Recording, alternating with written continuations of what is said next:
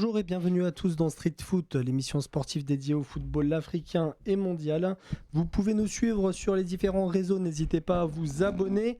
Aujourd'hui, je serai avec 3 chroniqueurs, ou plutôt 2 sur le plateau et une personne à distance. Le spécialiste du football marocain, Fatah, bonjour. Bonjour Anis, bonjour à tous. Et Raïd, spécialiste du football tunisien. Bonjour Raïd. Bonjour Anis, bonjour Feter et bonjour Anthony qui est avec nous à distance. Et c'est très bien, en parlant d'Anthony. Bonjour Anthony, spécialiste du football africain également et journaliste. Bonjour Anthony. Bonjour à tous, j'espère que vous allez bien. Très bien, une merci. fin de saison chargée. Exactement. En parlant de ça, on va bien évidemment parler aujourd'hui de la Ligue des champions d'Afrique, de la Coupe de la CAF et les différentes polémiques, notamment l'histoire avec Idrissa Gueye. On fera un petit topo à la fin. On va commencer par la Ligue des champions d'Afrique. On connaît notre finale, une finale qui était plus ou moins attendue, Raïd, entre deux cadors du football africain, Wydad Casablanca contre El Ahly. On va commencer par... qu'est-ce que tu penses de cette finale ? Tu t'y attendais ? C'était plutôt, au vu des demi-finales, des deux confrontations, c'était plutôt logique. C'était les deux cadors, on va dire, de ce dernier carré. Bon, j'avais quand même mis une petite pièce sur les Angolais, qui ont déçu à domicile lors du match aller. Bon, Ali, c'était pas non plus... Fallait pas être un super bon pronostiqueur pour mettre l'Ali gagnant face à Sétif. On a vu que Sétif s'était qualifié miraculeusement face à l'Espérance. On l'a vu au match aller. Rappelons que Sétif a battu l'Espérance à Radès 1-0. C'est ça. Donc ils en ont pris 4 au Caire lors du match aller. Bon là il y a eu match nul 2-2 à Alger. Bon c'était logique. Je pense qu'il n'y a pas eu de deuxième miracle dans cette demi-finale. Et on aura un Wydad El Ahly à Casablanca une nouvelle fois. On en reparlera aussi de cette finale encore à Casa qui fait polémique en Afrique. En parlant de Casablanca, le Wydad Casablanca qui se qualifie assez facilement contre Petro Luanda. Donc une victoire 3-1. Donc les choses étaient pratiquement pliées à l'aller. Les hommes de Walid Regragui vont droit vers cette finale. 3e finale en 6 ans. 3e finale en 5 ans en 5 ans, et 6e demi-finale en 7 ans. Donc il y a une certaine régularité du côté du Wydad. Effectivement, je pense que le gros du travail a été, comme tu l'as dit, fait à l'aller, en battant à Luanda l'équipe de Petro 3-1. Au match retour, on a vu que Walid Regragui a préféré confier la gestion du ballon à l'équipe de Petro. Et lui, il était plutôt dans un bloc, on va dire, médian. Ce qui fait que ça a donné un match un peu moyen, même si le Wydad à domicile sait gérer ce genre de rencontre avec l'appui du public. Effectivement, après l'ouverture du score par Gelson, on aurait pu penser que le Wydad aurait pu douter, etc. Mais ça n'a pas été le cas, vu que quelques minutes après, sur un bon corner de l'arrière latéral, une tête de Farhan, exactement. Donc ça a été un match plutôt maîtrisé, même si le gardien du Wydad Tagnauti a fait un super arrêt en fin de première mi-temps qui aurait pu faire repartir l'équipe de Petro à 2-1 au vestiaire. Et là, ça aurait été un tout autre match. Maintenant, on a senti quand même le Wydad un peu émoussé physiquement parce qu'ils sont sur tous les tableaux. Ils sont premiers de la Botola. Ils sont aussi en course pour la Coupe du Trône. On les a sentis un peu émoussés. On a vu aussi que l'absence de l'ailier gauche El Moutaraji s'est fait ressentir. On a vu que Jaïdi, qui était blessé pendant un mois, était un peu émoussé physiquement. Mais c'est une équipe costaud, le Wydad. Bon. Et malgré ce 1-1, je pense que ça peut laisser entrevoir une belle finale. Ça c'est sûr. Une équipe du Wydad Casablanca qui était beaucoup plus sur gérer ce match un peu comme contre Belouizdad. Après justement, moi je suis peut-être pas forcément de l'avis de Fetter. Je trouve quand même que le Wydad, ces 2 derniers matchs, ils sont quand même assez fébriles à domicile. Ouais. Parce que je peux pas forcément être d'accord. Est-ce que c'est de la fébrilité ou c'est une forme de gérance c'est de la gestion. Moi je pense la gestion, oui. Contre le Belouizdad, ils ont fait cette erreur, ils auraient pu passer à la trappe. Exactement. Donc, je pense qu'on apprend de ces erreurs. Donc bizarrement, on a eu la même physionomie de match. Oui. Donc je pense que peut-être qu'ils ont beaucoup de pression durant cette Ligue des Champions à la maison. Maintenant c'est vrai qu'ils ont bien voyagé. Alors je crois que le double arrêt de Tagnauti, alors peut-être que je ne l'ai pas vu en premier temps, mais je crois que c'était à la fin du match. Hein, non, quand il y a eu un poteau. À la 44e, il fait un double arrêt sur... Juste avant la première mi-temps. Alors moi j'en ai vu un autre, un double arrêt avec le poteau par la suite. Ouais, mais ça c'est en deuxième mi-temps. Donc on peut voir déjà que les Angolais ils sont venus à Casa vraiment pour tenter la qualif. Et on a quand même vu le Wydad assez fébrile quand même. C'est vrai qu'on a une gestion du Wydad qui est très différente entre le match aller et le match retour. Après, je suis d'accord avec ce qu'il dit en partie parce que effectivement, quand tu as gagné 3-1 à domicile, à l'extérieur, avec la règle du but à l'extérieur qui compte double encore sur les compétitions africaines, forcément, ça pèse. Bien sûr. Sur le mental. Maintenant, là où je suis pas forcément d'accord, c'est que quand tu prends 3-1 chez toi, l'équipe de Petro, quand elle arrive, elle veut en découdre. Elle est obligée de jouer en plus, c'est une équipe joueuse. Elle est obligée de jouer l'attaque et son va-tout. Maintenant, devant Petro, ça va, mais derrière, ils ont quelques lacunes. On sent que leur paire de centraux, elle est un peu lourde, ce qui fait que ça aurait pu être aussi une victoire pour le Wydad. Maintenant, c'est vrai que le Wydad ne s'est pas créé beaucoup d'occasions. C'est pour ça que tout à l'heure, je te parlais de cet aspect physique qui se fait ressentir en fin de saison. Le Wydad, il ne faut pas l'oublier. Le fait qu'ils jouent sur tous les tableaux, ça peut aussi se ressentir. Et puis, ils n'ont pas pu recruter. Ils ont eu beaucoup de départs, notamment El Karti, notamment Nkash, le capitaine emblématique. Msouva est parti. Ils ont quand même recruté les deux attaquants. Ouais, mais ça, c'était avant leur interdiction. Mais au mercato hivernal, ils n'ont pas recruté. Jaïdi revient de blessure. Moutaraji était blessé. Donc voilà, et puis, il n'y a pas un banc de fou. El Hafi s'est fait défoncer en championnat, donc il n'a pas joué ce match-là. Et l'effectif, il n'est pas pléthorique. Ouais, après, je pense qu'au vu du premier tour de phase de groupe, je pense pas que la direction a pensé à acheter des joueurs, puisque le Wydad avait fait quand même avait fini premier, fait des bonnes prestations face aux Zamalek, face au Petro cette Luanda. gestion-là, on le retrouve également, Raïd, avec le match entre El Ahly et Sétif. El Ahly qui gagne 4-0, d'accord, à l'aller au Caire. De la fin, perdait 2-1. Oui, mais après, on n'est pas dans le même contexte. On fait face à une équipe qui est miraculée, où Sétif... on ne sait même pas comment ont atterri en demi-finale, d'une part de leurs problèmes en interne, où les joueurs ne sont pas payés depuis des mois, comme nous l'avait dit Tarek. En termes juste de niveau, le Sétif, personne ne les voyait en demi-finale, donc on n'est pas dans le même contexte. Les Angolais, ils avaient quand même déjà prouvé au premier tour avec le Zamalek, avec un gros match aussi contre le Wydad. Le Zamalek a fait une compétition assez médiocre. Là aussi, on a des problèmes en interne dans cette équipe. Après, voilà, moi je trouve que dans le match, j'ai vu quand même de la fébrilité, notamment au milieu de terrain, où il y a eu beaucoup de balles perdues, des joueurs angolais qui récupéraient le ballon. Cette équipe du Angola qui avait quand même la possession de balle contre le Wydad. C'est pour ça que je te dis, Regragui, je pense que après, je sais pas si c'est fait consciemment ou si les joueurs après ils l'ont fait inconsciemment. Il a laissé la gestion du ballon parce que le Wydad, c'est pas le Raja, c'est pas une équipe qui a le ballon comme le Raja. Le Wydad, c'est une équipe qui a de l'expérience, qui a de super bonnes individualités, notamment El Hassouni, le numéro 10, devant avec le Congolais. J'ai oublié son nom. Mbenza. Et bon, mais si tu veux, c'est pas une équipe qui a forcément tout le temps le ballon. Bien sûr. Tu comprends ce que je veux dire? Bien sûr, donc, bien sûr. L'essentiel est fait, c'est la qualif. L'essentiel est fait, et puis on va demander à Anthony ce qu'il en pense de cette finale. Deux cadors du football africain, et surtout le grand El Ahly qui est toujours présent, Anthony. C'est pas l'an dernier que l'Al-Ahly a dû faire des rénovations et agrandir son cabinet à trophées là. Je sais pas si vous avez vu ça il y a un an. Ils sont obligés. Voilà, c'est un club qui est à ce niveau-là. Ils ont 10 Ligues des Champions. Leur cabinet à trophées, il était trop petit, donc ils ont dû l'agrandir. Donc voilà où en est l'Al-Ahly. Je veux dire, ils sont là. Ça fait un moment. C'est pas surprenant, même si on pourrait penser que c'est pas un Al Ahly aussi fort que. Exactement. On l'a vu au match retour où moi j'ai été surpris de voir Sétif mener par 2 fois au score, surtout sur une bourde de El Shenaoui, notamment sur le but de Benayad. Et surtout une phase de groupe très difficile. Bon, ils ressortaient d'une Coupe du Monde des clubs où ils étaient très bons. C'est pas la première fois qu'Al Ahly finit deuxième du groupe, parce que sur les 2 dernières années aussi, ils avaient fini deuxième de leur groupe.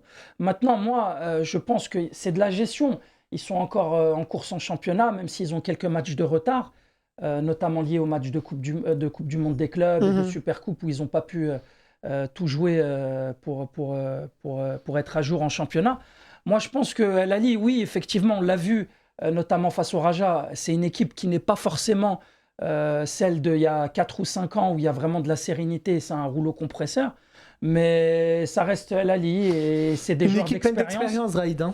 Moi, celui que j'ai aimé, si je peux me permettre, c'est le Sud-Africain Persetao, qui, à l'aller, face à Sétif, avait mis un doublé. Et au retour, c'est lui qui se bagarrait sur le front de l'attaque. C'est pas celui qu'ils avaient acheté l'année dernière, ce joueur ? Oui, c'est le joueur qui joue en Belgique. Ouais, c'est ça. D'accord. Et, je le connais assez bien, lui, Persetao. Je l'ai beaucoup commenté en Belgique. C'est un garçon, Moi, je suis content de voir des joueurs comme ça débarquer en Afrique pour jouer la Ligue des Champions, si je dois être honnête.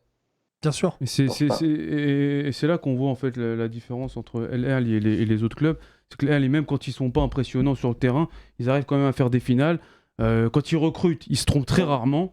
C'est très rare que Al Ahly se trompe dans ses recrutements.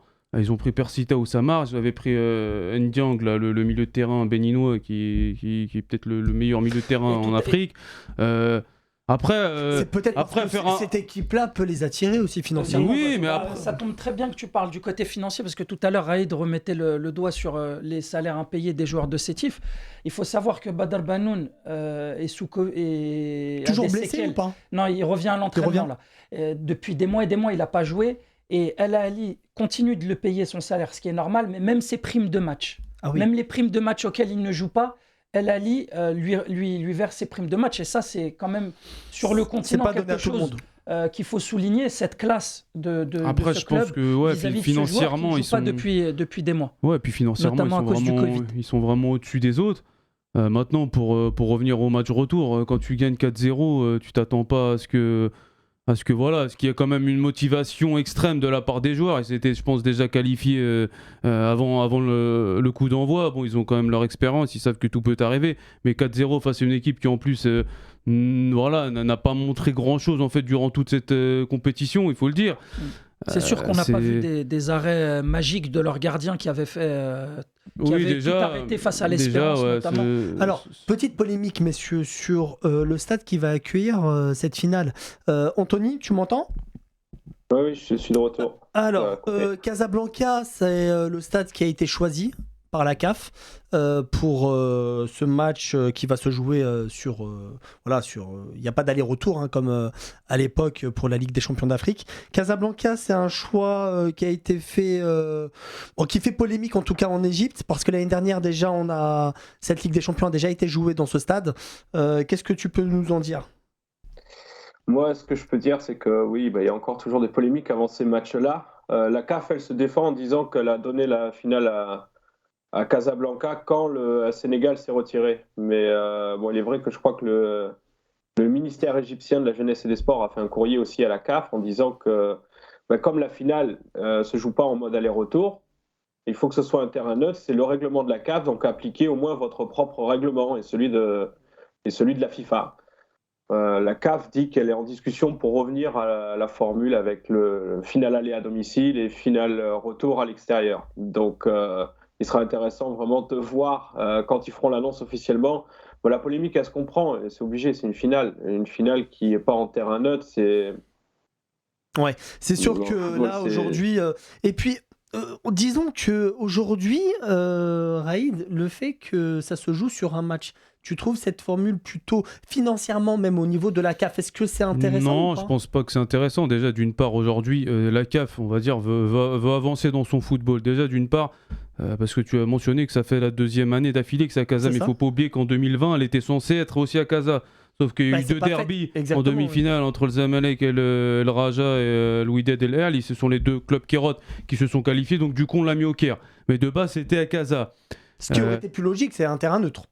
Ce qui aurait été plus logique, c'est un terrain neutre. Mais de base c'était à Casa. On a l'impression en fait que depuis cette finale 2019, entre l'Espérance et le Wydad, en fait on a envie par la force des choses faire quelque chose à Casa pour le Wydad.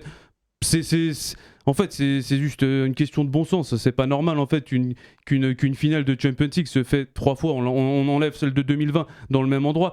De toute manière, c'est très simple. On voit qu'en Coupe de la CAF, les finales se font pas au même endroit. Alors pourquoi en Ligue des Champions elles se feraient au même endroit? Fatah, toi, qu'est-ce que tu en penses? Si je peux me permettre, le souci pour la CAF, c'est par rapport aux normes des stades et aux infrastructures. Bravo. La FIFA a serré un tour de vis déjà il y a pas si longtemps que ça. On a vu tous ces pays d'Afrique qui peuvent même pas jouer leur match de sélection à la maison.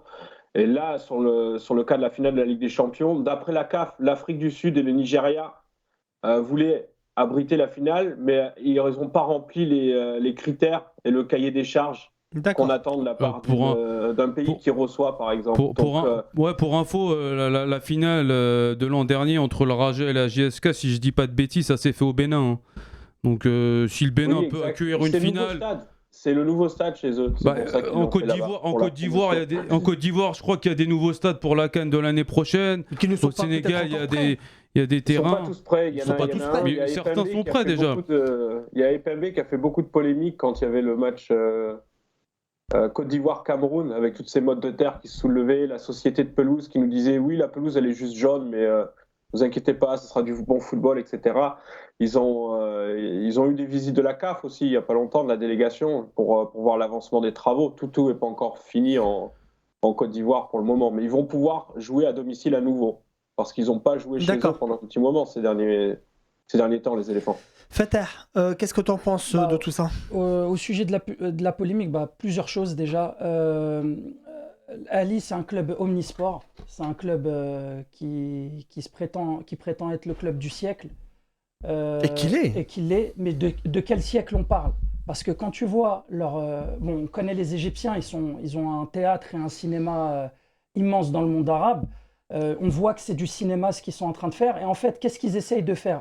Ils essayent de mettre la pression sur le club du Wydad, sur les joueurs et aussi sur l'arbitre, en faisant croire qu'ils n'ont pas reçu de dossier de candidature, alors que le stade de Mohamed V qui doit abriter cette finale, ça a été validé dès janvier. Dès fin janvier, on savait que c'était le stade qui allait abriter cette finale. Alors même que le Wydad ni le Raja n'était qualifié en phase de poule. Maintenant, ce qui s'est passé, c'est que la personne du Nigeria qui préside la commission d'attribution des stades, elle a fait une relance au mois de février, leur disant, écoutez, il n'y a que le stade de Casablanca qui est pour l'instant sur le dossier de candidature. Est-ce qu'il y a personne d'autre qui voudrait présenter sa candidature? Ni les Égyptiens, ni les Tunisiens, ni les Algériens n'ont présenté de dossier de candidature. Il y a eu le dossier du nouveau stade du Sénégal qui s'est greffé. Maintenant, il y a eu un vote au sein de ce comité. Il y a eu 16 votes pour le stade de Casa à 3. Après le dossier du Sénégal qui s'est retiré au profit de celui du Maroc, je ne vois pas ce qu'on pourrait faire de plus, sincèrement. Moi, je m'interroge sur tout ce cinéma et les gens, en fait, tombent les pieds et la tête dedans en pensant que l'Égypte est victime, etc. Mais c'est pas vrai. Tout ça, c'est du folklore. Tout ça, c'est pour mettre de la pression sur cette finale, sur les joueurs et sur l'arbitre qui va abriter cette finale. Parce que les Égyptiens n'ont pas posé de dossier de candidature. Si vraiment ils avaient... Seul le Maroc, fin janvier, était non, mais là, sur ce dossier-là. C'est une question d'équité. On parle pas de seul le Maroc s'est posé l'équité, c'est que d'autres stades... C'est pas équitable. Mais moi, je comprends ce que tu veux dire. C'est pas équitable. Je comprends tout. Maintenant, il y a un autre point qui se greffe à cette histoire, c'est que quand tu abrites une finale, il y a des denrées, il y a des donnes économiques qui sont là. Donc, il faut des hôtels, il faut du transport, il faut accueillir les spectateurs. Et ça, c'est difficile, je pense, de le faire en dehors du Maroc ou de l'Égypte ou peut-être du Nigeria qui va abriter la finale de la Coupe de la CAF. Parce que c'est des choses à perte. D'accord. C'est des choses en fait, où tu gagnes pas forcément beaucoup d'argent. Je te suis, mais aujourd'hui, tu as une finale qui joue à Casa. Donc déjà, d'une part, les supporters égyptiens sont pénalisés, ils doivent payer un voyage, des hôtels. Ça, on parle juste des supporters.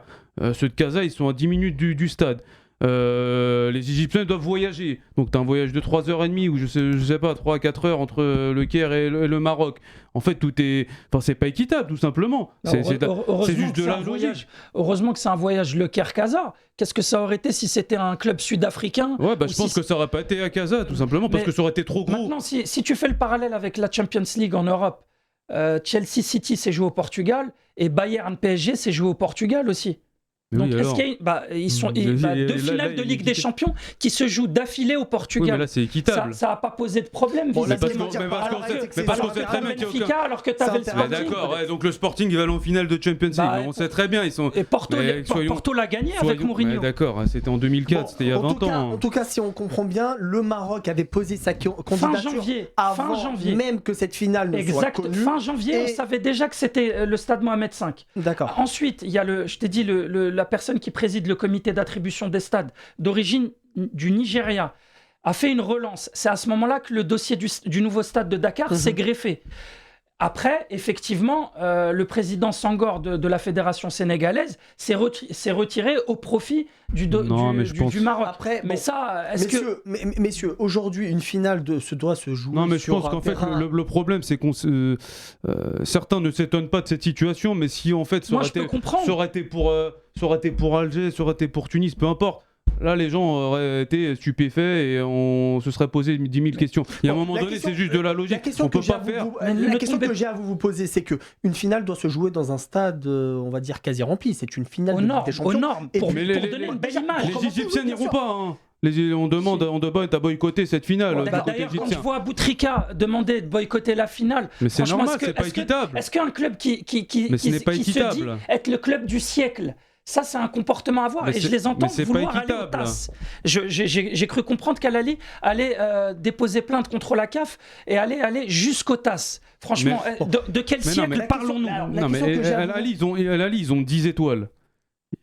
C'est pas équitable, tout simplement. On peut pas aller jouer une finale où on sait que d'avance on est pénalisé. Il faut comprendre la frustration des Égyptiens. Moi, je les comprends, mais est-ce que je suis d'accord sur le fait que ce ne soit pas équitable. Non, mais attendez. Maintenant, si la finale était connue depuis le mois de janvier, mais ça a été officialisé il y a 2 ou 3 semaines. C'est un faux débat. En fait, c'est de la poudre aux yeux ce qu'essaye de faire Lali. C'est juste du cinéma, du théâtre. C'est pour mettre de la pression. Alors moi, je te le signe. Si le Wydad gagne cette année, la finale ne sera plus à Casa dès l'année prochaine. Bizarrement, tu verras que le Wydad ils vont gagner sûrement parce que voilà c'est. Mais l'année dernière, il a gagné à Casa. Pour moi, ils sont plus forts, ils méritent de la gagner. Il n'y a pas de problème. Le Raja Casablanca qui a joué contre El Ali et puis il y a eu un score. C'est ce que non, mais là, quand tu vois le comportement d'un club comme celui d'Ali, qui est un club omnisport, qui fait du handball, mais c'est un avantage. Mais bien sûr que c'est un avantage, mais on a vu aussi des finales perdues à domicile. Mais oui, mais c'est pas la question. En fait, quand tu arrives coup d'envoi, tu veux que ça soit équitable. Aujourd'hui, c'est pas équitable.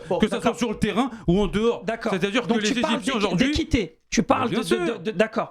Lali, comment elle est arrivée en demi-finale de Ligue des Champions cette année?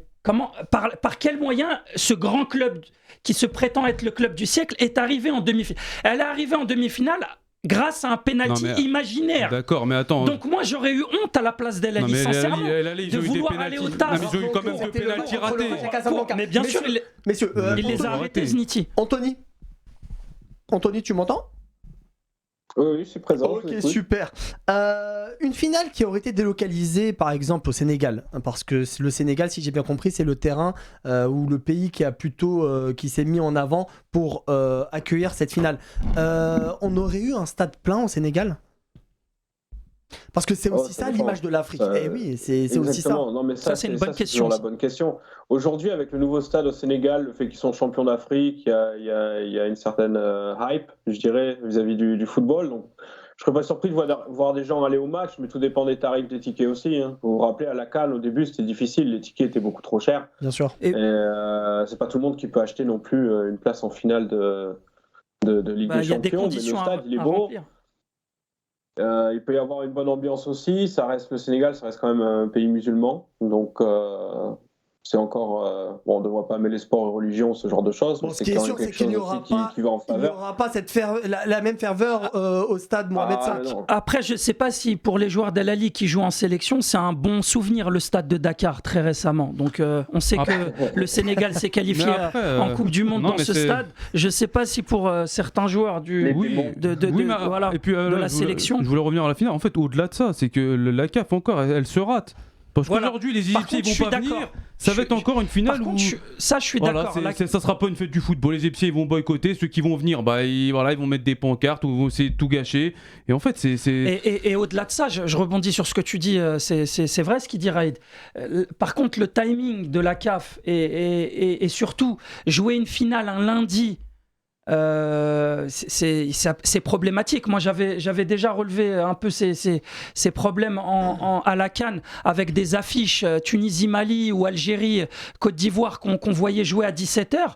Et là, on voit qu'on a une finale de Ligue des Champions un lundi. C'est du jamais vu. 2 jours après la finale. En fait, c'est parce que si tu regardes les week-ends, tu as les finales en ce moment de Coupe d'Europe. Oui, d'accord, il y a on pouvait la jouer dimanche. On pouvait la jouer dimanche. Du Championship ou ce genre de choses. Et du coup, ils prennent un moment sur ta grille de programme TV où tu as. Tu as rien d'autre qui va se jouer quasiment. Je crois aussi qu'il y a les matchs de championnat. Il y a les matchs de championnat qui se jouent en semaine. Donc pour avoir un peu plus de temps, au lieu d'avoir 4 jours, on leur donne 6 jours. Parce que je crois qu'en milieu de semaine, le Wydad a un match de championnat ainsi que l'Al Ahly. Le Wydad qui est toujours en cours sur le championnat avec le Raja Casablanca. Hein. Oui, ils sont premiers. Mais hier, ils ont fait un nul. Ils ont perdu quelques points, mais le Raja a perdu en championnat. Donc ça compense. Mais ce qu'il faut savoir aussi, c'est que le 30 juin, c'est le début de la trêve FIFA. Le 30 mai, pardon. C'est le début. Donc le 1er juin, c'est le début des dates FIFA pour les matchs des éliminatoires de Cannes. Donc tu as des joueurs égyptiens qui vont pas d'Al Ahly qui vont pas pouvoir aller en sélection. Tu as des joueurs marocains du Wydad, notamment Tagnauti ou l'arrière latéral gauche Aïtala qui pourront pas rejoindre la sélection. Donc vous voyez bien que cette programmation, c'est là où je suis d'accord avec Raïd, la CAF c'est n'importe quoi au niveau de la programmation. Et le problème, c'est que de toute manière, ce qui est sûr, c'est que si les Égyptiens perdent, la polémique elle va encore plus s'enfler, quoi qu'il arrive. Parce qu'ils sont. Je vais essayer de faire comprendre à nos téléspectateurs. Là, de ce que j'ai compris, depuis janvier, on connaît le stade. Depuis fin janvier, on le sait. Non, mais moi ça a été officialisé il y a 2-3 semaines, donc je sais pas après. C'est pour ça que je te dis que la CAF, elle se tire des balles dans le pied, parce qu'elle le sait depuis fin janvier. Il y a eu une relance au mois de février, parce qu'il n'y avait que le dossier du Maroc en lice pour abriter la finale. Et derrière, donc février, on sait qu'il n'y a que le stade de Dakar et le stade Mohamed V. Et derrière, à aucun moment, tu vois ni les Égyptiens ni les Tunisiens. Qu'aurait dû faire la CAF. La CAF aurait dû faire des appels d'offres. On peut pas faire une finale 3 fois d'affilée. Elle l'a fait, Raïd. C'est ce que je suis en train de... C'est pour ça que vous... L'Algérie aurait pu très bien l'accueillir. Tunis aurait pu très bien l'accueillir. Si personne se met en avant et personne ne veut accueillir cette finale, mais c'est pour ça que je te dis, c'est de la poudre aux yeux. Les médias égyptiens, on les connaît. C'est très bruyant, ils sont nombreux, ils prennent des lives du matin jusqu'au soir, et cette capacité de nuisance qu'ont les médias égyptiens, aujourd'hui on est en train d'en faire la preuve par A plus B. On est en train de discuter d'un non-événement, en fait. On est en train de discuter d'un non-événement. Moi je peux vous assurer je peux vous assurer que la finale de l'an prochain ne sera pas à Casa ni les années d'après. Bizarrement. C'est normal là. C'est normal, ça fait 3 fois. Mais l'année dernière, le Wydad ne s'est pas qualifié bien sûr. en finale. Ouais, c'était le but, c'était que le Wydad aille en finale et qu'elle joue à la maison. Il y a un moment donné, en fait, il faut arrêter de... il faut être objectif, il faut avoir du recul. Il y a eu un vote démocratique. Mais ça n'existe pas dans le football. Mais dans le football, ça n'existe pas. Tu as eu 2 dossiers de candidature dont on connaît l'identité depuis février. Aujourd'hui, on est au mois de mai, fin mai, et grâce ou à cause des médias égyptiens, on tombe tous dans le panneau en train de vouloir faire croire qu'il y a une polémique alors qu'il n'y a aucune polémique. Moi je suis pas d'accord parce que ça fait 2 années d'affilée que ça n'a jamais été confirmé en 6 mois avant la finale. On va parler de l'aspect sportif, d'accord ? On va tourner cette page sur le terrain qui va accueillir cette finale. Très rapidement, est-ce que les hommes de Walid Regragui peuvent gagner cette finale ? Moi de ce que j'ai vu, ils sont très fébriles à la maison depuis le match de Belouizdad, donc peut-être qu'il y a énormément de pression. Maintenant, de ce qu'on voit depuis le début de saison, Wydad normalement devrait s'imposer puisqu'en plus de ça ils sont à la maison. Après, voilà, on connaît l'Airly. Et l'Airly, c'est 10 Ligues des Champions. Il n'y a jamais eu aucune équipe d'Afrique qui a gagné 3 fois la Ligue des Champions d'affilée. Je pense qu'il s'il y a une équipe qui peut bien le faire, c'est eux. Maintenant, je mettrais quand même un petit avantage au Wydad. Et je pense qu'honnêtement, voilà, de ce que je vois depuis 3 ans, je pense que ça ferait du bien à tout le monde que le Wydad l'ait. Comme ça, on évitera toutes ces polémiques pour les années qui arrivent. Comme l'a dit Raïd, oui, effectivement, c'est un avantage de jouer à domicile devant ses supporters. Maintenant, ce dont je suis sûr, c'est que ce sera totalement différent de la double confrontation il y a 2 ans face à l'Al-Ahly, où Al-Ahly avait gagné le Wydad en demi-finale de Ligue des Champions. On sait qu'il y avait eu des absents, on sait que notamment Gebran, qui joue 6, avait joué en défense centrale. Ça, je suis persuadé que ce sera un tout autre match. Maintenant, ça reste une finale, ça reste qu'un match. Tout est possible face à 2 belles nations, 2 beaux clubs, équipes, ouais. 2 belles clubs, 2 belles nations de football sur le continent. C'est un match qui va être arbitré par l'excellent Victor Gomez, sud-africain. Le meilleur arbitre africain. Ouais. On aura peut-être le temps de parler de cette vidéo qui a tourné sur les réseaux tunisiens. Donc que le meilleur gagne, en espérant évidemment que ce soit le Wydad qui gagne. Anthony, tu vois qui pour cette finale, si tu devais donner un petit pronostic?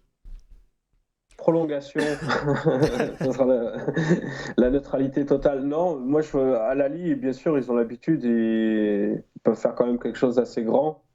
Mais bon, le Wydad, de son côté, joue à la maison, il y aura le public, il y aura la ferveur, ils vont vouloir aller chercher le trophée, c'est une finale. Bien sûr.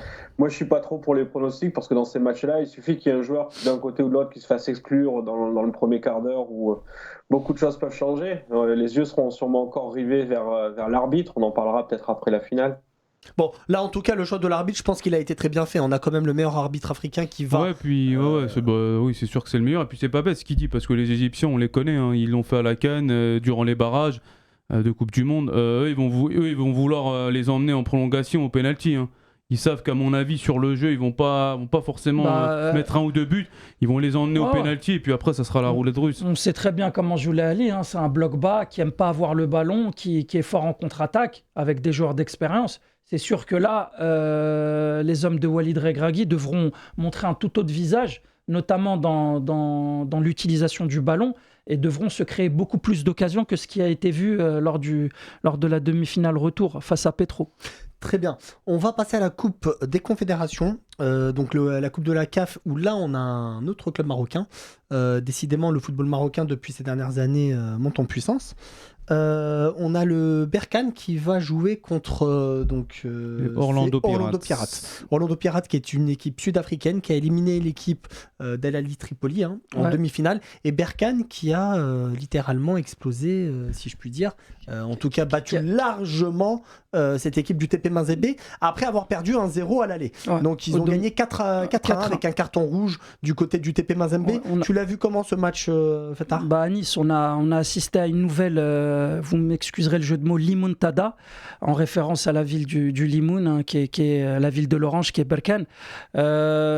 Effectivement, c'était cette demi-finale retour, c'était pour moi, par rapport à la deuxième demi-finale entre Orlando et le club libyen, c'était celle où il y avait le plus d'enjeux, le plus de suspense, et où il y avait 2 belles équipes qui s'affrontaient.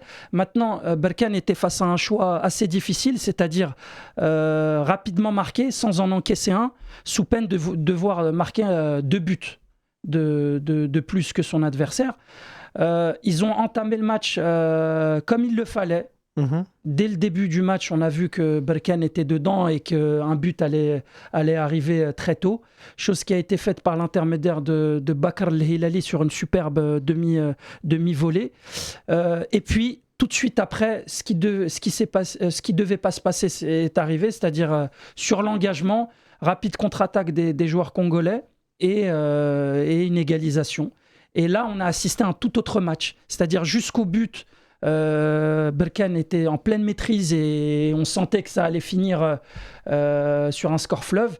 Et là, il y a eu du doute qui s'est créé dans la tête des joueurs. On a vu que dans l'utilisation du ballon, c'était un peu moins ça. Le bloc est revenu un peu en arrière. Le but, il est arrivé sur une faute de Issoufou Dao, le Burkinabé, qui, sur un contrôle, redonne la balle à l'attaquant congolais. Et le deuxième fait de jeu du match, ça a été le deuxième carton jaune qui a été adressé au défenseur d'origine zambienne du TP Mazembe, qui l'a forcément avec l'infériorité. Qui est intervenu à quelle minute au début de la deuxième. D'accord. Au niveau de la 60e, je crois, 65e. Et là, on a assisté avec aussi l'entrée de Nemsaoui, qui est très fort sur coup de pied arrêté sur les centres. On a assisté à un tout autre match avec l'appui du public. Le TP Mazembe qui à l'aller a perdu, il avait gagné à la dernière seconde. Incroyable. Ils sont tombés sur un excellent gardien de Berkane qui avait 26 tirs lors de ce match, qui avait tout arrêté. Un seul but dans les arrêts de jeu. De toute manière, généralement, quand on joue Lubumbashi, c'est le goal qui fait la différence. Le Mazembe, il se procure énormément d'occasions. Comme d'habitude. Que ce soit aujourd'hui ou il y a des années en Ligue des Champions, lorsque le Mazembe était au sommet.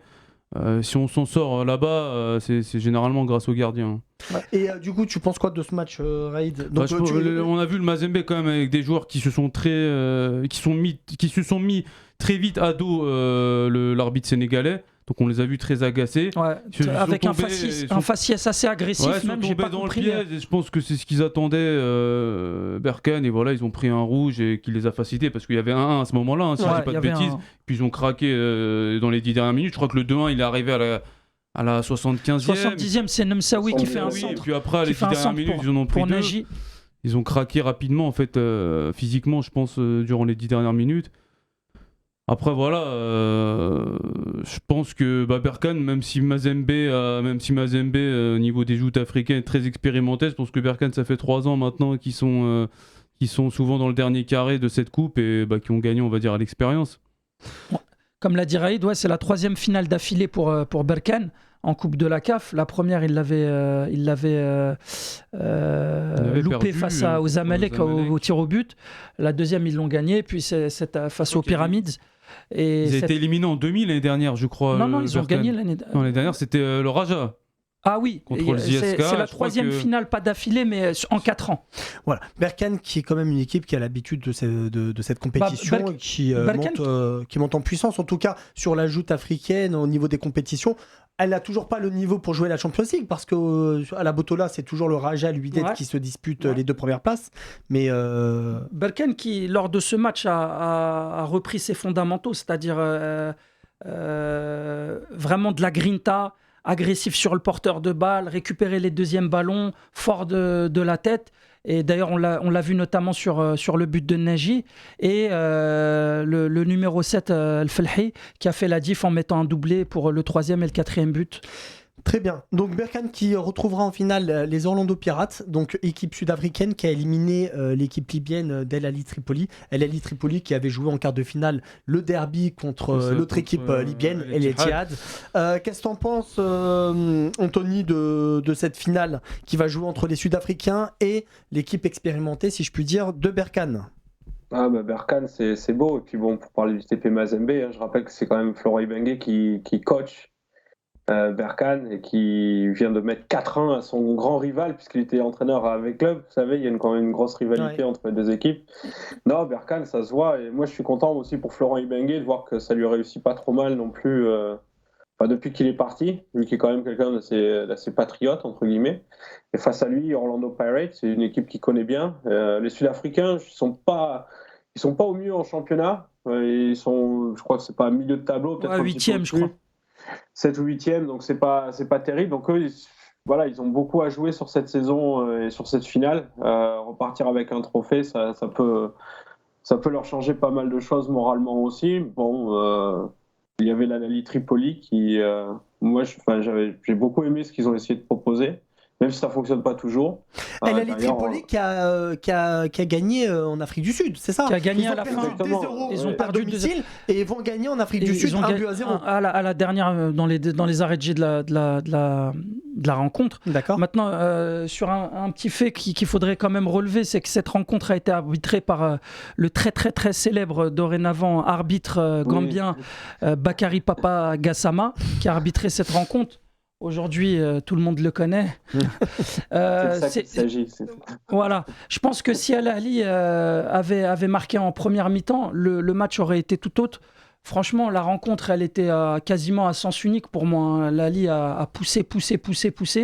Malheureusement, c'est pas rentré. Il y a eu une faute de main d'un défenseur sud-africain qui a été d'abord sifflé par Gassama, puis invalidé par la VAR quand il allait vérifier. Il y a aussi une faute un peu polémique qui aurait pu coûter peut-être un carton rouge aux Sud-Africains. J'ai pas été franchement emballé par cette deuxième demi-finale, ni même par ce qu'a proposé à domicile les Sud-Africains. Je pense que si Berkane fait ce qu'il faut, il n'y a pas de raison que ça passe pas au Nigeria lors de cette finale. Donc là, c'est bien au Nigeria, un terrain neutre, tout le monde est content. Ouais, exactement. Par contre, j'aimerais juste revenir sur des faits de jeu qui sont passés après la demi-finale face à Berkane. On a pu se rendre compte quand même que les joueurs du TP Mazembe ont fait preuve d'une attitude de pas fair-play du tout, en allant agresser les policiers, en allant agresser les photographes présents sur la pelouse. On sait que nos amis congolais qui nous regardent... Il y avait les mêmes problèmes avec le Raja Casablanca lorsqu'ils étaient déplacés. Il y a eu les mêmes problèmes aussi. On est d'accord, mais on sait que les Congolais aiment bien le chambrage, le fimbou, la ceinture, la chicotte. Ne pas vouloir qu'on les prenne en photo après une défaite ou qu'on filme un instant de joie, je trouve ça un peu déplacé, parce que là, il y a eu vraiment des coups et blessures sur des policiers, sur des caméramans. Bien sûr, après, voilà, je pense que malheureusement, ça arrive énormément souvent en Afrique.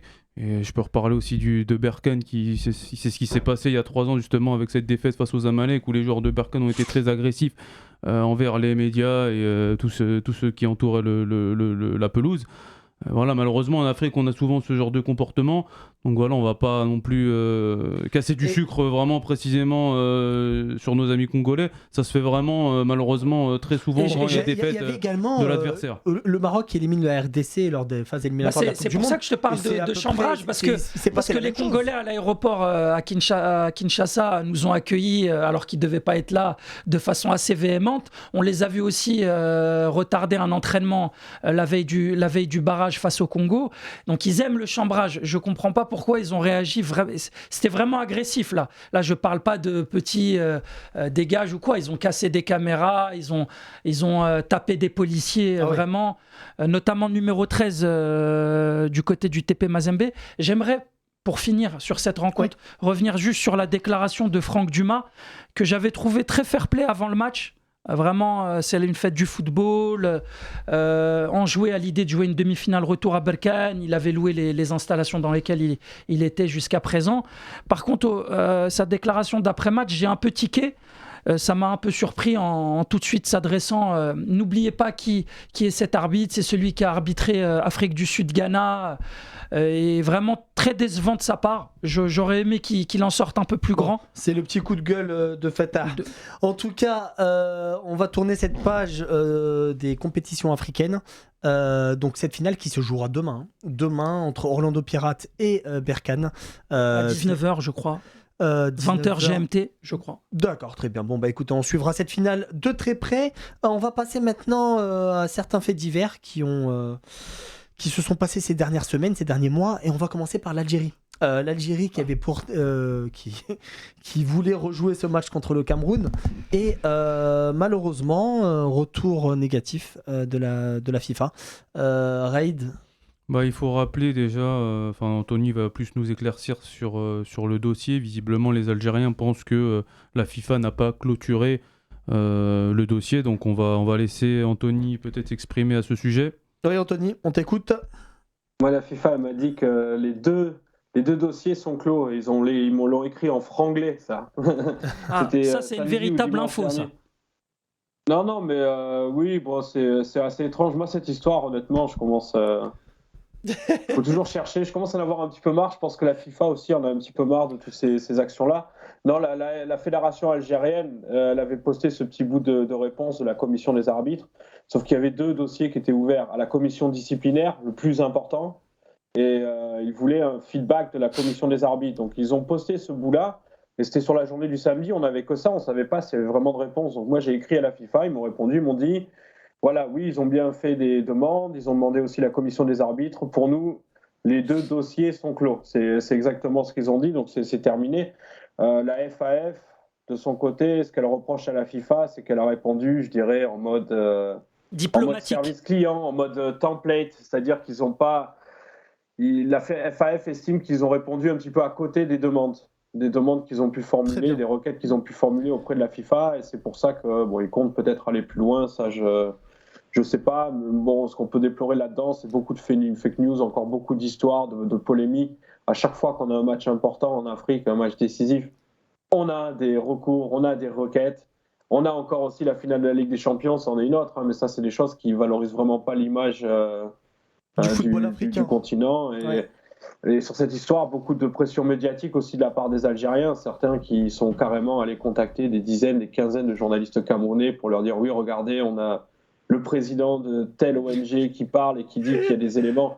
La FAF, elle a dit qu'il n'y avait pas d'éléments supplémentaires. Et sur toutes ces fake news, on pourrait s'étendre pendant des heures et des heures parce que moi, je suis désolé, quand je vois des faux communiqués de la FIFA, je me dis que ça, quand même, c'est de la falsification. On franchit une limite qu'on ne devrait vraiment pas franchir. Quand je vois les soi-disant relevés bancaires de Bakary Gassama, attendez, il faut réfléchir. Vous croyez que la banque de Gassama, elle va donner à des gens qui n'ont rien à voir avec les forces de l'ordre, qui n'ont pas de commission rogatoire, qui n'ont pas de search warrant On retrouve un peu de tout, de toute façon, Anthony, sur Internet. On trouve un peu de tout. Non, exactement. Le fait est aujourd'hui, c'est que moi, la FIFA, c'est samedi, ils m'ont dit non, c'est clos. Moi, j'ai voulu confirmer. Après, bon, on est libre de spéculer. Je pense qu'il y a beaucoup trop de faux qui a été servi, qui a tourné tout au long depuis après le match, que derrière, pour les gens, c'est difficile de s'y retrouver et de savoir qu'est-ce qu'il en est véritablement. Mais non, regardez, les Algériens qui ont peut-être acheté des tickets, ils ont dû avoir leur remboursement il n'y a pas longtemps, ou ils sont peut-être sur le point de l'avoir. C'est bien que... Pour moi, la question, c'est est-ce que la FIFA a vraiment accepté le dossier? Et ça, c'est pas encore complètement clair. Parce que si on regarde les recours qu'il y avait entre Afrique du Sud, Ghana et RDC Bénin, toutes les parties étaient notifiées, les fédérations aussi, alors que là, la FECAFOOT, elle a rien eu. Enfin, moi, ils n'ont pas parlé de notification, j'ai essayé de savoir, j'ai essayé de demander, c'est pas... Donc, est-ce que ce côté-là, ça a vraiment été accepté, ou bien est-ce que la FIFA a renvoyé sur les fameux articles de la Coupe du Monde 2022 et le code disciplinaire disant que s'il y a quelque chose, c'est simplement une procédure à l'encontre de l'arbitre, et que, voilà, ce fait que les capitaines, s'ils veulent contester, il faut qu'ils le fassent sur le terrain, auprès de l'arbitre avant que le jeu reprenne, et qu'ensuite il y a un écrit fait au commissaire du match. J'ai demandé à plein d'anciens capitaines ou des capitaines actuels de sélection africaine, il n'y a personne qui est au courant de ça, de ce processus. Donc du coup, s'ils ne sont pas suivis, la FIFA, elle rejette, elle va examiner, oui, gentiment, mais ensuite ça va... Bon, en tout cas, on n'a aucune chance, Anthony, que ce soit... Enfin, il y a très très peu de chances pour que ce match soit rejoué, Raïd. Non, je pense pas. Après, bon, l'affaire va finir au TAS, Bien sûr. Comme habituellement, on peut le voir en Afrique, Comme l'a dit Anthony, il y a tout plein de recours pour tout et n'importe quoi maintenant depuis quelques années. Donc malheureusement, le dossier va finir au TAS. Bon, je pense que maintenant les mois passent, les semaines passent et la Coupe du Monde arrive à grands pas. Donc malheureusement, que attendre en fait de cette décision? Malheureusement, je pense pas grand-chose. Fatah, un petit mot? En fait, je pensais qu'on avait atteint le paroxysme de la stupidité quand Belmadi, après le match, a parlé il y a des arbitres qui nous manquent de respect.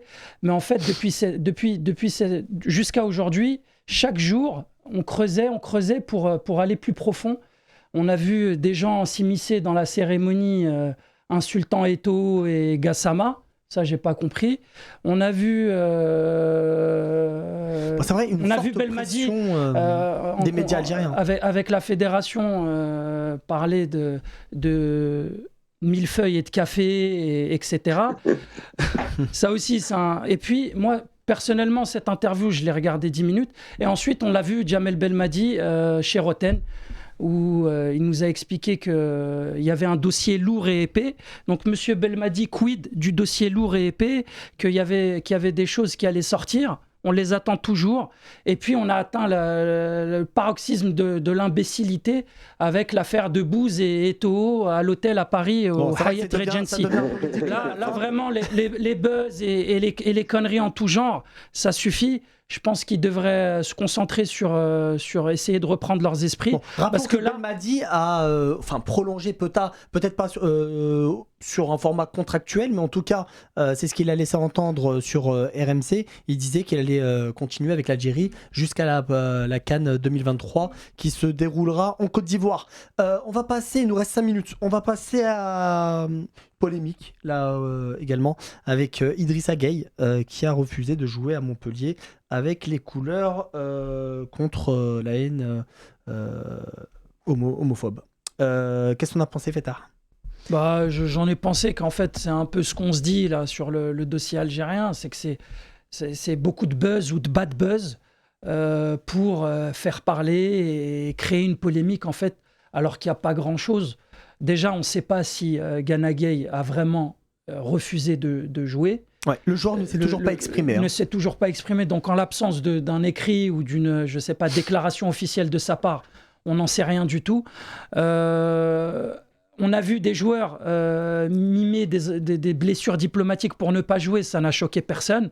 Raïd nous expliquait l'autre jour que Messi ou Neymar ou d'autres joueurs ne jouaient pas.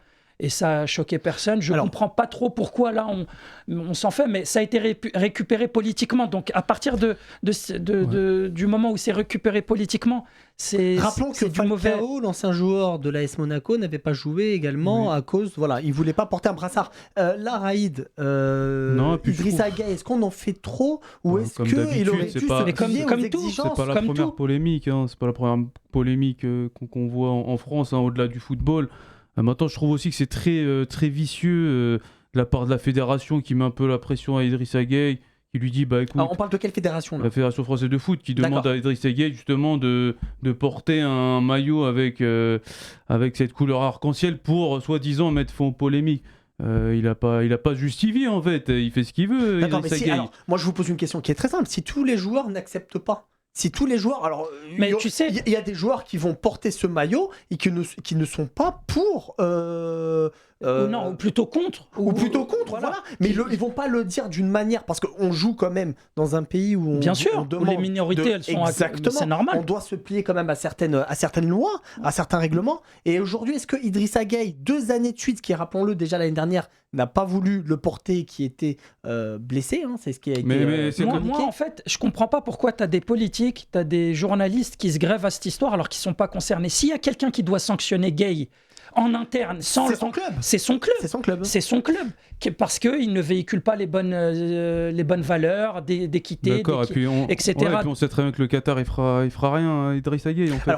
Alors, le Paris Saint-Germain qui va quand même convoquer le joueur. Oui, mais ça, c'est pour la forme. C'est pour atténuer la polémique. Maintenant, le PSG qui n'a pas vraiment protégé le joueur. Parce que quand ils ont sorti le communiqué...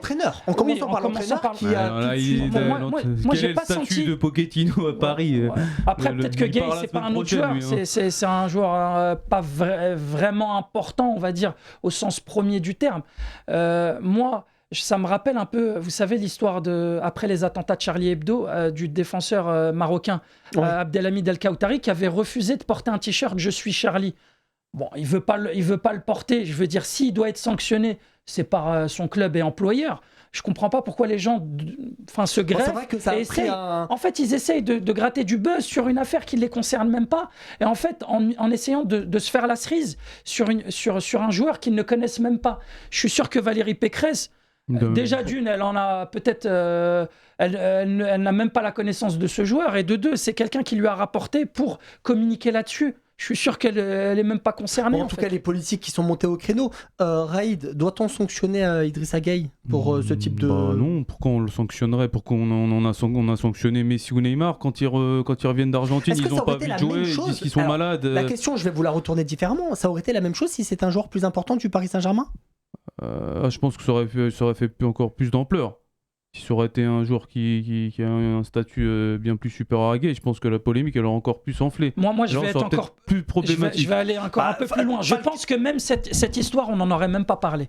Là, c'est parce que c'est Gana Gueye, international sénégalais, c'est un musulman qui revendique sa foi via les réseaux sociaux, etc.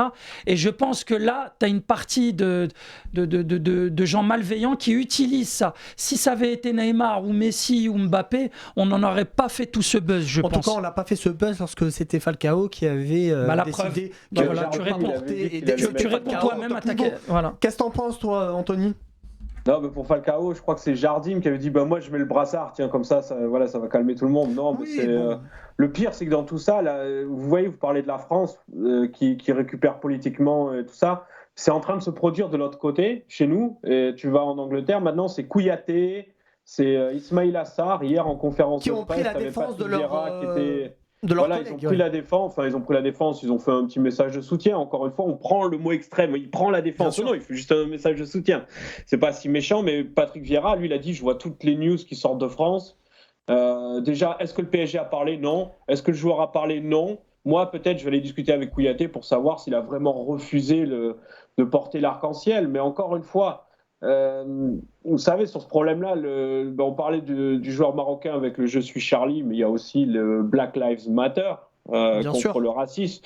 Même des athlètes noirs, des sportifs noirs, et je ne parle pas que dans le foot, mais dans le sport en général, même au cricket, il y en avait qui refusaient, mais pas par rapport au fait qu'ils sont racistes ou non, c'est pas ça. C'est parce qu'ils estimaient qu'on leur retirait leurs droits de...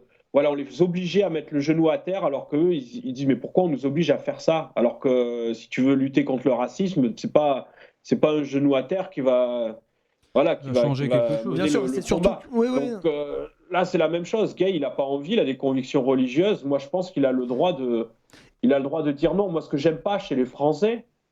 Mais Gay joue en France. C'est le discours de dire qu'il y a des choses qu'on refuse pas. C'est aussi ça la différence, Anthony. Nous, la France, on a raison. Toi, tu fais, et puis c'est tout. Ouais, mais si tu veux, l'approche anglo-saxonne, elle est totalement différente de l'approche en France. En Angleterre, etc., les minorités, elles sont beaucoup plus visibles. On les laisse porter le voile. Tu peux voir des agents de la fonction publique porter le voile, des vendeuses, etc. En France, c'est autre chose. L'approche, elle est différente. Donc, moi, je me rappelle, par contre, pour en revenir, là, ça tombe bien que tu parles de ça, c'est Danelka avec la quenelle. Je sais que quand il avait marqué, je crois qu'il était en Angleterre à ce moment-là, il jouait en première ligue. West Bromwich, je crois, non? Bromwich, ou City, peut-être. Il jouait à City à l'époque. Il avait fait une quenelle. Et justement, en France, on avait récupéré ça politiquement, alors que les Anglais, ils n'étaient pas du tout au courant de l'histoire, et c'était des médias en France qui avaient ramené cette histoire là-bas, et du coup, il avait été sanctionné. Mais je suis sûr et certain. C'est peut-être dû aussi au fait qu'aujourd'hui, on est quand même dans une période assez difficile, des tensions, on a bien vu. Bien sûr, voilà. Bien sûr. Donc, justement, ça les alimente plus, ce genre de polémique. Mais pour la politique française, et là, on va sortir carrément du cadre du football, mais pour la politique française, vous savez que l'Afrique en ce moment, pour la France, c'est pas facile. Vous avez vu les RFI, les France 24 qui se font sortir du Mali, par exemple. Ouais. Il y a beaucoup de tensions avec les derniers coups d'État, et on peut le comprendre. On peut le comprendre parce que tu vas au Mali, c'est l'armée française qui même interdisait à l'armée malienne presque d'opérer sur leur terrain. Je veux dire, t'es au XXIe siècle, t'as encore des choses comme ça qui se produisent. Même si en tout cas, voilà, ce sont des choses extra-sportives, Anthony, mais on a bien compris le message. On va devoir clôturer cette émission parce qu'on arrive à la fin.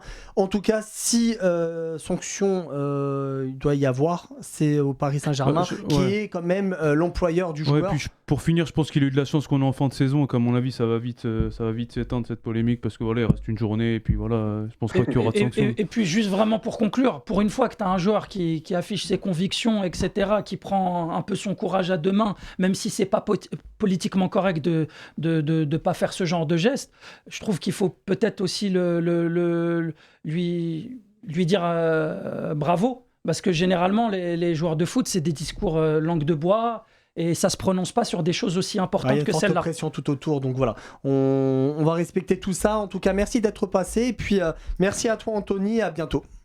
Ouais, merci à vous. Merci à vous. On attendra les prochaines polémiques. Je pense que très bien. Là, il y en a d'autres qui vont sortir. Très bien, bien. Merci bien. Pas de souci, vas-y. Anthony, on se tient au courant ? Ouais, bah ouais. Ok. Non, mais on va voir comment ça va évoluer là, tout ça. Moi, j'en ai marre, franchement, des polémiques de partout là pour. Ouais. J'ai au revoir à tout le monde et puis. Attends, on va te redire au revoir, Anthony, pour le montage, ok? Je vais couper. Ouais. Alors bouge pas, vas-y. En tout cas, merci à tous d'être passés et puis on essaiera de se revoir pour une prochaine émission. Merci Anthony et à bientôt. Merci à vous. Profitez bien de votre football et à bientôt. Merci, à bientôt. Au revoir.